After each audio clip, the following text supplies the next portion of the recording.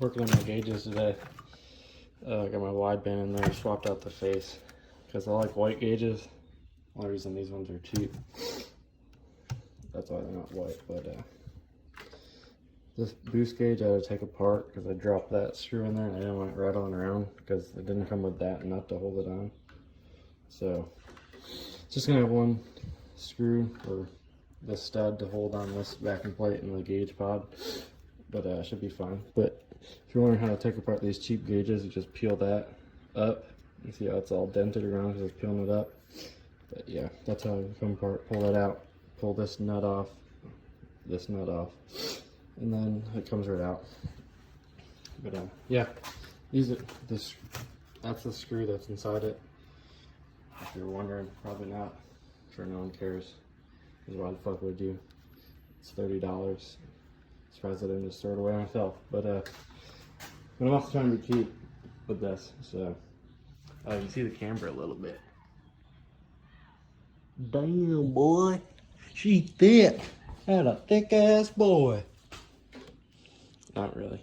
You got some little tires on the back. It's kind of funny looking. Getting distracted again. Fucking ADD ass.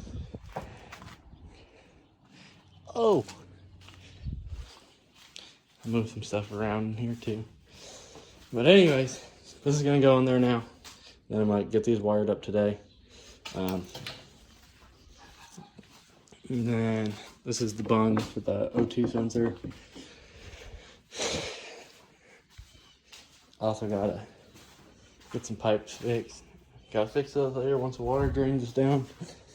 But yeah, here we are. Looks good.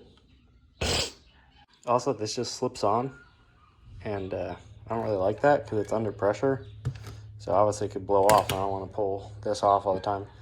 Flipping that line back on. So what I'm gonna do is take some safety wire. This is like for, I think like aviation stuff uses it on bolts and shit like that. I had it for my dirt bike grips back when I used to race motocross. But you take some safety wire pliers. Yeah. Take these and twist it off.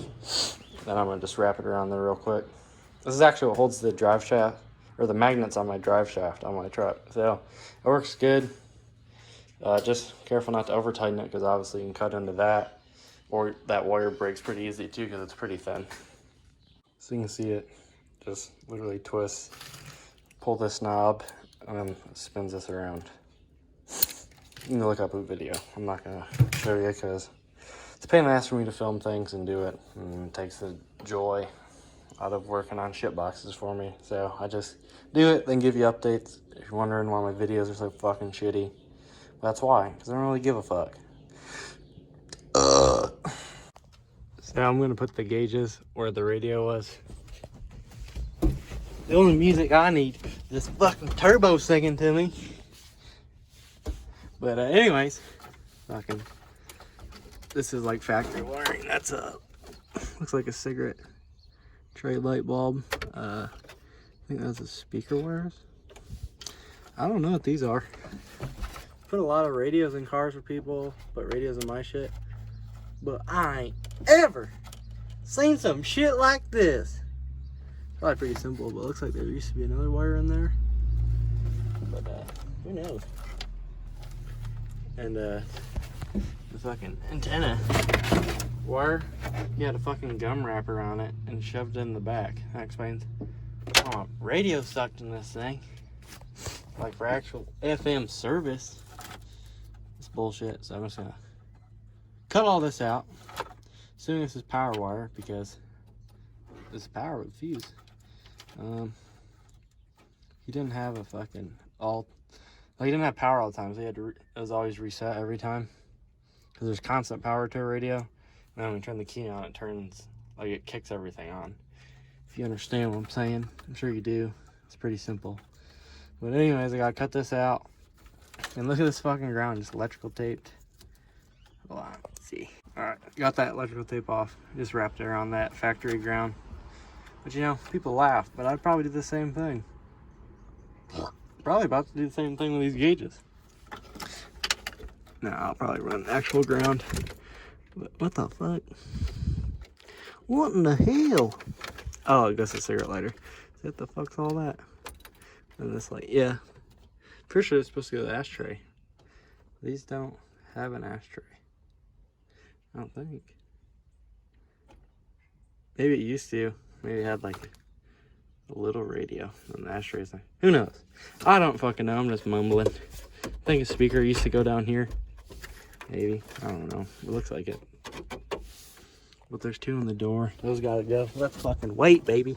That's weight. Look at that. Oh, shit. Oh, shit. Look at that shit. They even screwed in. I don't think they're screwed. I think they're just kind of wedged in there. But yeah, we'll take care of that later. On a later date. But yeah, I'm gonna get this wiring cut out and then slap these up in there. I guess. Yeah. Alright, so if you want to be like me and delete the radio, which you probably don't, but you can still splice off there, you know, if it was hooked up to the radio, cut back on the wires. So I'll show you what wires do what on here. So this is the keyed on, the candy cane wire, red with white stripe in it. That is key on power. Then black with the yellow. That's gonna be your headlight switch. See, the pull headlight, that comes on. See, this one's on all the time because it has like a tinted glass, so it has to be on all the time. But it's for that one, and then it dims this one. It dims their fuel ratio gauge. There, that's this one. And then the pink is full power all the time. So this is direct battery source, and the tach wants that for some reason. Not sure why, but you can see red straight to the battery, red straight to the battery, white ignition switch. So we have, and then green to the coil, to the fire side of the coil. So that's that. And if you read the directions, it says this is for the wideband, the innovative. It says connect the red wire to an isolated switch 12-volt source. So that means isolated, so nothing else is going to draw and affect the reading, which I'd be like, oh, that's bullshit, you know, we'll get the 12 volts. But on that track, I have an EG, or not EGT, yeah, it is my EGT. Whenever my subs hit, since I piggybacked off the wire for the radio on that, whenever my subs hit, it draws a bunch of power, and it actually like drops the temperature on the gauge. So it actually does matter. So I'm going to do this correct, like what it specifies in the manual. But so, and it says the ground doesn't have to be isolated, but I think it might, because the only thing I have left is the ground on that truck, and it still does it. So I want to isolate everything, which is weird. And these ones I just ran into this ground strap, and these little connectors have solder built into them, so you can pull on them. One pull too hard, but that's for that. Then all this is isolated. Oh, actually, this yellow one is, I don't need it because that's like to run another gauge off of this one, or to run a data logger. It says that in the manual, which I'm not going to be doing unless I go to a micro squirt later on. Which I don't even know if micro squirt can do that. Maybe just mega squirt. So probably not. Then this fucking dumbass short ass hose that comes in this kit. Like, I don't know how fucking long. It would literally have to be. It just makes no sense. It's stupid. You get what I'm saying? It's fucking way too short to fucking mount somewhere where it's visible, and then fucking go through the firewall and then somewhere to the intake. Unless you got the fucking intake inside the car. But yeah. That's about it.